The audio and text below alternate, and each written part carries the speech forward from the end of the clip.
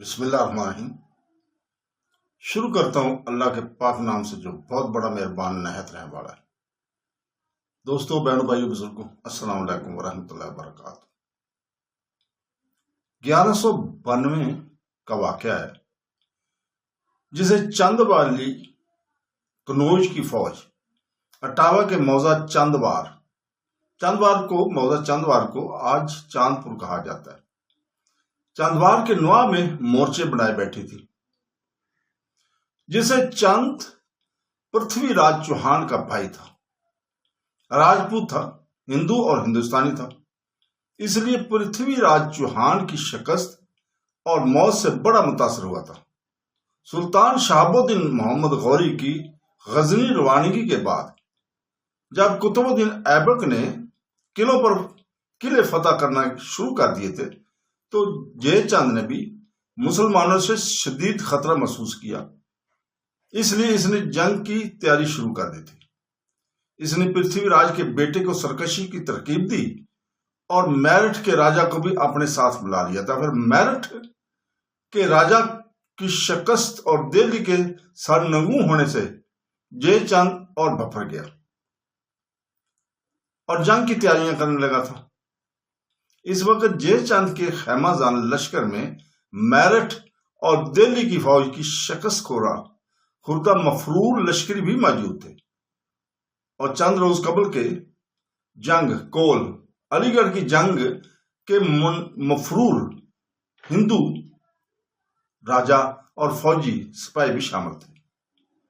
علاوہ ازیں جے چند والی کنوج یہ جنگ تنہا نہ لڑ رہا تھا، بلکہ اسے گوالیار، بدایوں، اودھ اور بہار تک کے راجاؤں کی عسکری امداد ملی ہوئی تھی۔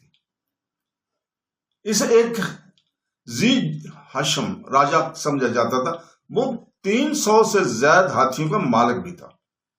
اس میدان جنگ میں اس کے باجگزار اور حلیف راجے بھی اپنی فوجوں کے ہمراہ اس کے ساتھ تھے۔ جے چند کو اپنے جاسوسوں سے پتہ چل چکا تھا کہ ملک قطب الدین ایبک کے قاصد نے غزنی پہنچ کر سلطان محمد غوری کو ہندوستان کے حالات سے مطلع کیا ہے اور کنوج کے بارے میں خاص طور پر بتایا ہے کہ وہ مسلمانوں کے خلاف سازش کا مرکز بنا ہوا ہے، اور والی کنوج جے چند نے میرٹھ، دہلی اور کول کو علی گڑھ کہتے ہیں، علی گڑھ کے راجاؤں کو سرکشی کی ترغیب دی تھی۔ قطب الدین ایبک کا قاصد والی کنوج کے خلاف سلطان محمد غوری کے کان بھر چکا تھا، اور اب سلطان محمد غوری اپنے لشکر جرار کے ساتھ غزنی سے کوچ کر چکا ہے اور بڑی برق رفتاری سے ہندوستان آ رہا ہے، جہاں پہنچنے کے بعد وہ دہلی سے ہوتے ہوئے کنوج کی جانب پیش قدمی کرے گا۔ اپنے جاسوسوں کی ان خبروں کے بعد جے چند اپنی اور دوسرے راجاؤں کی فوجوں کے ساتھ چندوار کے نواح میں سلطان محمد غوری کا انتظار کر رہا تھا۔ لشکر کفار کے سپاہی اور افسر اپنی فروگاہ میں بیٹھے گپ شپ میں مصروف ہیں کہ اس وقت چند سوار بڑے گھبرائے ہوئے اور مضطرب لشکر میں ہر جگہ چکر لگاتے پھرتے نظر آ رہے ہیں، اور ہر شخص سخت محتجب ہے کہ ان کی طرف دیکھ کر رہ جاتا ہے۔ ان سواروں نے متحد بار لشکر میں اس طرف سے اس طرف تک، شمال سے جنوب، جنوب سے مشرق اور مشرق سے مغرب کی سمت تک دیکھتے ہوئے چکر لگائے، اور کہیں کہیں ٹھہر کر لوگوں سے کچھ پوچھا اور بات چیت بھی کی، مگر آخر کار وہ مایوس اور ناکام ہو کر گھبراہٹ کے عالم میں ہر چند رائے سابق والی میرٹھ کے خیمے کی طرف چلے گئے تھے۔ خیمہ کے قریب پہنچ کر ایک سوار جو یقیناً افسر تھا گھوڑے سے اتر کر خاموش سر جھکائے خیمے میں داخل ہوا۔ ہر چند رائے جو پہلے سے غمگین اور فکر مند بیٹھا ہوا تھا، اس کی غمناک اور اداس صورت دیکھ کر مزید بے چین ہو گیا اور بے قرار ہو کر بولا، کیوں خرید تو ہے؟ کیا راجکماری رتن بائی کا کوئی سراغ ملا؟ اداس افسر نے جواب دیا، مہاراج، سارے لشکر میں کھوئی لگایا گیا ہے، سینکڑوں سپاہیوں اور افسروں سے دریافت کیا گیا، لیکن چند رائے کے بے تاب ہو کر کہا، آخر ان سواروں میں سے کوئی تو لشکر میں ہوگا جو راجکماری کے ساتھ میرٹھ سے فرار ہوئے تھے؟ یہی تو ہمارے لیے تشویش کی بات ہے اور فکر مندی کی بات ہے۔ افسر نے کہا کہ میرٹھ کی فوج کا کوئی سوار یہ تسلیم نہیں کرتا کہ شکست کے بعد وہ راجکماری کے ساتھ قلعہ سے فرار ہوا تھا۔ ہماری بد نصیبی، ہرچند رائے نے کہا، ہم اپنے سواروں کو ایک بار پھر میرٹھ، دلی اور کول علی گڑھ کی طرف دوڑاؤ، شاید کوئی نشان مل جائے یا کوئی ایسا آدمی ہی مل جائے جو راجکماری کے بارے میں کوئی اطلاع دے سکے۔ مہاراج، میں آج صبح اپنے سواروں کو دوسری بار میرٹھ، علی گڑھ اور دلی بھیج چکا ہوں۔ افسر نے کہا، اور امید رکھتا ہوں کہ اس بار راجکماری صاحبہ بخیریت انہیں مل جائیں گی اور وہ راجکماری کو اپنے حملہ لے کر لوٹیں گے۔ ہائے، اب میری بیٹی کا ملنا آسان کام نہیں ہے، ہرچند رائے نے کہا۔ یہ کہہ کر اس نے ٹھنڈی آہ بھری اور اس کی آنکھوں سے آنسو بہنے لگے۔ اس طرح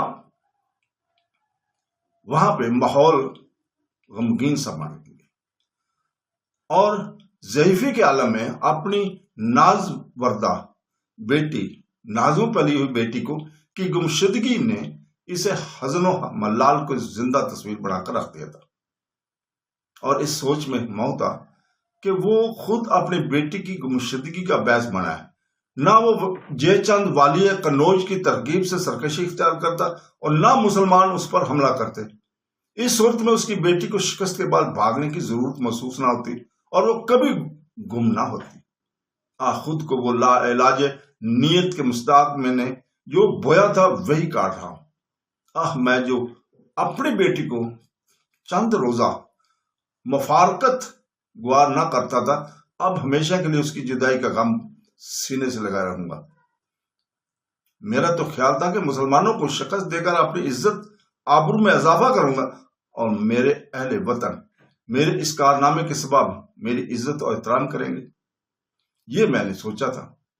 لیکن مجھے کیا خبر تھی کہ میری بدنصیبی میرے شریک کے حال ہے، اس نے میری ننگ و ناموس پر حرف گیری ہوگی اور مجھے ذلیل و خوار ہونا پڑے گا۔ میری بیٹی، بھرتے ہوئے اس نے بولا کہ جدائی ہی کیا میرے لیے کم مصیبت تھی کہ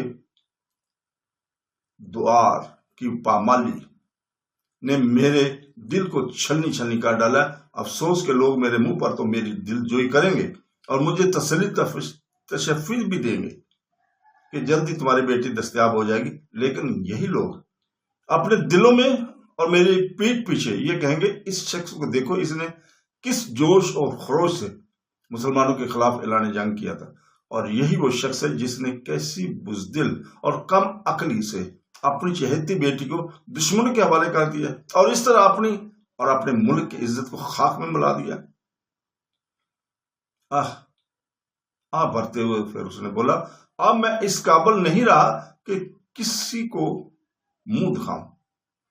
ہر چند رائے کہ ابھی اپنے خیالات میں کھویا ہوا تھا کہ اس کا پرانا رفیق اور فوج کا تجربہ کار افسر مکند لال خیمے میں داخل ہوا اور بڑی عزت و احترام سے نمستے سلام کہا اور ہر چند رائے کے سامنے دست بدست کھڑا ہو گیا اور پھر تسلی امیز انداز میں بولا، مہاراج، آپ کو اس قدر پریشان نہ ہونا چاہیے، بلکہ اب تو ہمیں جس قدر جلد ممکن ہو راجکماری صاحبہ کی تلاش میں اپنا زیادہ سے زیادہ وقت صرف کرنا چاہیے، اس کو ادھر ادھر ڈھونڈنا چاہیے۔ میرا دل تو یہ گواہی دے رہا ہے کہ ہماری راجکماری صاحبہ زندہ سلامت ہے اور پرامتا کی کرپا اور اس پر ماتا کی کرپا سے وہ دن قریب ہے جب ہم ان کی خیر و خفیت کی خبر سنیں گے اور مہاراج کو ان کی دید سے خوشی ہوگی۔ مکدان لال، میں حیران ہوں، ہر چند رائے نے کہا کہ تم جو ایک جہاندیدہ دانا انسان ہو، ایسی بے سروپا بات کہہ رہے ہو؟ کیا تم یہ سمجھتے ہو کہ راجکماری راہ بھول کر بھٹکتی پھرتی ہے کہ تم اسے تلاش کر کے لے آؤ گے؟ کیا تمہارا یہ خیال ہے کہ وہ مجھ سے ناراض ہو کر کسی جگہ چھپ کر بیٹھی گئی ہے کہ تم اسے ڈھونڈ کر منا لو گے؟ افسوس، میری رائے تمہارے خیال کے برعکس ہے۔ میں سمجھتا ہوں کہ اگر میری بیٹی زندہ سلامت بھی ہے تو بھی کسی ایسی سخت مصیبت میں گرفتار ہے جس سے اب وہ شاید رہائی نہ پا سکے۔ غالباً مہاراج کا یہ خیال ہے، مکند لال نے کہا، کہ راجکماری صاحبہ کو مسلمانوں نے گرفتار کر لیا ہے، مگر مہاراج میرا دل اس بات کو قبول نہیں کرتا۔ خیر چلیے، اگر آپ کے اس خیال کو درست بھی مان لیا جائے تو بھی میں نہایت ادب سے یہی عرض کروں گا کہ میں راجکماری صاحبہ کی باعزت واپسی سے مایوس نہیں ہوں۔ مجھے صرف یہ معلوم ہونے جائے کہ راجکماری صاحبہ کہاں ہے اور ان کی کیفیت کیا ہے، پھر آپ دیکھیں گے کہ میں راجکماری صاحبہ کی دستیابی کے لیے کیا کچھ کرتا ہوں۔ فرض کرو اگر یہ پتہ چل بھی جائے، ہرش چندر رائے نے کہا، کہ راجکماری مسلمانوں کی قید میں ہے، تو بھی میں اسے زندہ درگو قرار دینے پر مجبور ہوں، اور تم اس وقت کیا کرو گے؟ جانتے ہو کہ کسی زندہ انسان کو گور میں دفن کر دیا جائے تو اس کی زندگی کی امید نہیں رکھی جا سکتی۔ یہ ناممکن ہے کہ مسلمان راجکماری کو اپنی قید سے رہا کر دے۔ میری رائے میں ہم مسلمانوں سے اس کی رہائی کی کوششوں میں کامیاب نہیں ہو سکتے۔ اگر ہم نے جنگ و جدل سے راجکماری کو مسلمانوں کی قید سے رہا کرانے کی کوشش کی تو نتیجہ میں راجکماری کی مصیبتوں میں اضافہ بھی ہو سکتا ہے، اور ہماری کوشش اس کے قتل کا سبب بھی بن سکتی ہے، کیونکہ ان دنوں مسلمان ہمارے دشمن بنے ہوئے ہیں۔ اس صورت میں میں اپنی بیٹی کا خود کو قاتل سمجھوں گا اور زندگی بھر اس پر متاسف رہوں گا اور شرمسار رہوں گا۔ مہاراج میں خود اس بات کا مخالف ہوں، کمند لال نے کہا، کہ راجکماری کو مسلمانوں کے قید سے رہا کرانے کے لیے قتل و غارت گری سے کام لیا جائے۔ میں تو ایسے موقع پر نہایت نرمی اور امن و امان سے کام لینے کے حق میں ہوں۔ کاش ہمیں راجکماری کے بارے میں پتہ چل جائے کہ وہ ہے کہاں۔ کیا تم مسلمانوں سے یہ امید رکھتے ہو؟ ہرش چندر رائے نے کہا کہ اگر راجکماری ان کی اسیری میں دن بسر کر رہی ہے تو وہ نرمی سے اسے ہمارے حوالے کر دیں گے۔ اگر گزشتہ واقعات کو نظر انداز بھی کر دیا جائے تو ہماری حالیہ بغاوتوں کے پیش نظر کیا یہ امید رکھی جا سکتی ہے کہ مسلمان ہمارے ساتھ ایسی مہربانی کا سلوک کریں گے؟ بلا شک اور شبہ مجھے یقین ہے، مکند لال نے کہا، اگر راجکماری کو مسلمانوں نے قید کر رکھا ہے تو ہم عاجز سے درخواست کریں تو وہ ہماری درخواست کو شرف قبولیت بخش کر راجکماری کو ضرور رہا کر دیں گے۔ مسلمانوں کے سابقہ طرز عمل سے یہی ثابت ہوتا ہے کہ وہ ہماری درخواست کو رد نہیں کریں گے۔ میری سمجھ میں یہ نہیں آتی، ہرش چندر رائے نے کہا، کہ وہ لوگ جو ان دنوں ہمارے بدترین دشمن ہیں اور جن کو ہماری سازشوں اور بغاوتوں سے شدید تکلیف اور مصیبتوں کا سامنا کرنا پڑا ہے، وہ ہمارے ساتھ کیوں کر مہر و محبت کا سوگ کریں گے؟ اور اگر ایسا ہو جائے تو میری رائے میں یہ ایک عجیب و غریب واقعہ ہوگا جسے ہماری قوم اور وطن کے لوگ کبھی درست نہیں سمجھیں گے۔ نہیں، یہ کوئی عجیب اور غریب واقعہ نہیں ہوگا، مکند لال نے کہا۔ مسلمان بارہا اپنی انسان دوستی اور بردباری کے ثبوت فراہم کر چکے ہیں۔ تقریباً 200 سال قبل کا واقعہ ہے۔ اننت پال والی پنجاب نے اپنے باپ جے پال کی شکست اور چیتا میں جل مرنے کے بعد پنجاب کا تخت و تاج سنبھالا تھا۔ اننت پال سلطان محمود غزنوی کا بدترین دشمن تھا، اور اس کے بزرگوں نے بارہا سلطان محمود غزنوی سے جنگ کر کے شکست کھائی تھی، اور بارہا عہد و پیمان کر کے اپنی جانیں بچھائی تھی، اور پھر ہمیشہ عہد شکنی کر کے نئی جنگ کی بنیاد رکھی تھی۔ ایک جنگ میں سلطان غازی محمود غزنوی نے جن ہزاروں ہندوؤں کو گرفتار کر کے قید کر لیا تھا، ان میں انگنت معزز خاندان کے افراد بھی شامل تھے۔ قیدیوں میں اننت پال کی ایک بہن بھی تھی جو بھی کنواری تھی۔ اننت پال کو جب اپنی بہن کے اسیر کا پتہ چلا تو اسے شدت رنج ہوا، اور اسے اپنی بہن کو رہا کرانے کی صرف یہی ایک تدبیر سوچی کہ سلطان غازی محمود غزنوی کو اس لڑکی کی رہائی کے لیے خط لکھے۔ اننت پال نے سلطان غازی محمود غزنوی کو جو خط لکھا اس کا مضمون یہ تھا: اے قابل احترام مقدر بادشاہ، میں آپ کی خدمت گرامی میں اپنی ایک حاجت پیش کرنے کی سعادت حاصل کر رہا ہوں۔ میری یہ درخواست آپ کے دینی اور دینوی مقاصد کے عین مطابق ہے، اور یہ کہ آپ برائے مہربانی برائے کرم میری بہن کو جو آپ کے پاس اسیر ہے مجھے عطا فرما دیں، مجھے واپس کر دیں۔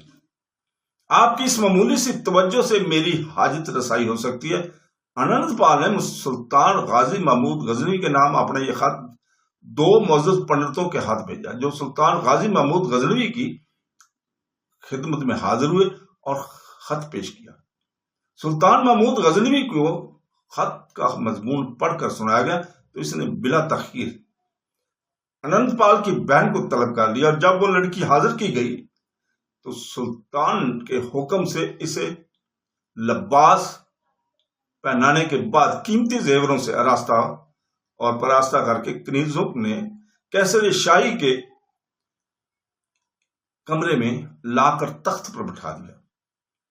پھر سلطان نے اننت پال کے قاصدوں کو طلب کر کے لڑکی ان کے حوالے کر دی، اور اس کمرے کا جس میں اسے تخت پر بٹھایا گیا تھا تو ماں بیش قیمت سامان عرائش بھی لڑکی کے ہمراہ قاصد کے سپرد کر دیا گیا کہ اسے بھی لڑکی کے ساتھ اننت پال کے پاس لے جائیں۔ غرضیہ کے مسلمان متعدبار اپنے بدترین دشمن کے ساتھ بھی مہربانی کا سلوک کرتے ہیں اور کر چکے ہیں، اس لیے اگر اب بھی ان سے اس قسم کی امید وابستہ کر لی جائے تو یہ کوئی عجیب و غریب واقعہ نہ ہوگا۔ میں اس صورتحال میں بھی یہ ذلت گوارا نہیں کر سکتا۔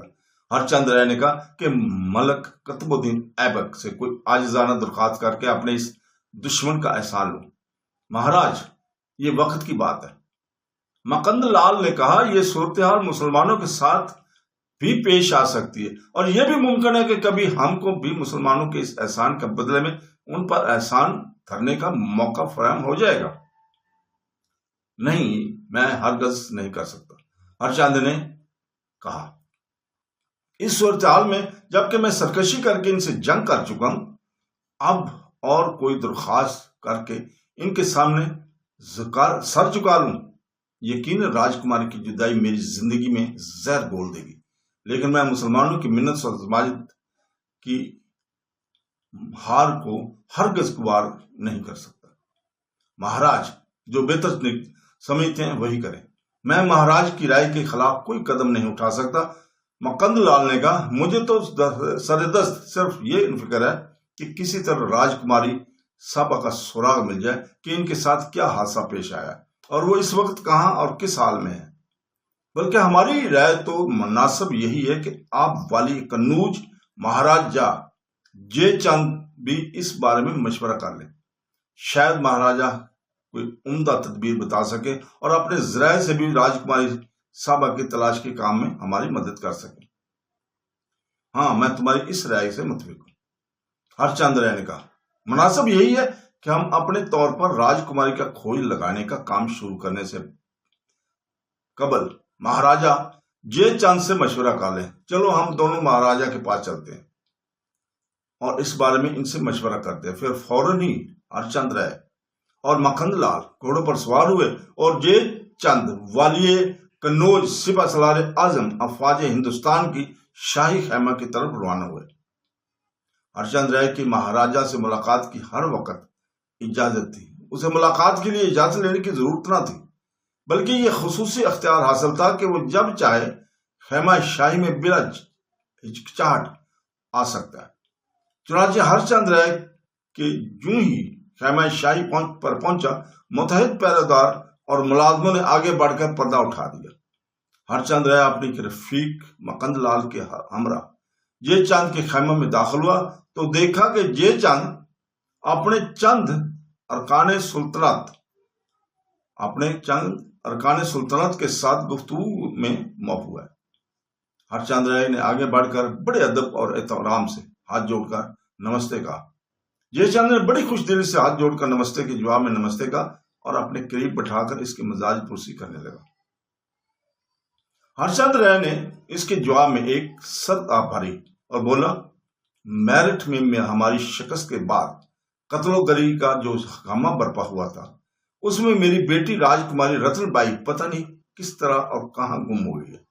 شاید قتل ہو گئی ہو، اور یہ بھی ممکن ہے کہ مسلمانوں کے ہاتھوں قید ہو گئی ہو۔